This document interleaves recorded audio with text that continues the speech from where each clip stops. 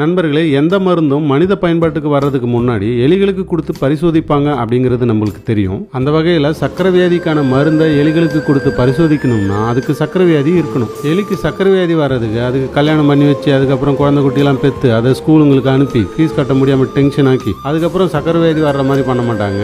Alloxan அப்படின்ற கெமிக்கலை டைரக்டாக அதுக்கு இன்ஜெக்ட் பண்ணால் போகிறோம், மறாவது நாளே அதுக்கு சக்கரை வியாதி வந்துடும். இதையாம்பா இப்போ சொல்கிற அப்படின்னு கேட்டிங்கன்னா, மதுரை மருத்துவக் கல்லூரி பேராசிரியர் அவர்கள் தென் மாவட்டங்களில் மைதா உணவுகளில் பிரதானமான பரோட்டா உணவுகளை எடுத்து ஆய்வு பண்ணதுல இந்த அலாக்சான் என்ற கெமிக்கல் அளவு கடந்து இருக்கிறத கண்டுபிடிச்சு சொன்னார். அதனால தானோ என்னவோ தெரியல, பரோட்டாவை கேரளாவில் முழுமையா தடை பண்ணிட்டாங்க. வெளியே போய் நம்ம சாப்பிட்ற உணவுகள்ல 70% உணவுகள் மைதா உணவுகள் தான். இவ்வளவு சொன்ன அப்புறமும் தேடி தேடி மைதா உணவுகளையே சாப்பிட்டோம் அப்படின்னா அப்புறம் என்ன? சக்கரை இனிக்கிற சக்கரை, உடம்பு மேல என்ன அக்கறை, நீ விற்கிற நான் திங்கிறேன், பிரஷரு சுகரு கிட்னி ஃபெயிலியர்னு போக வேண்டியதுதான்.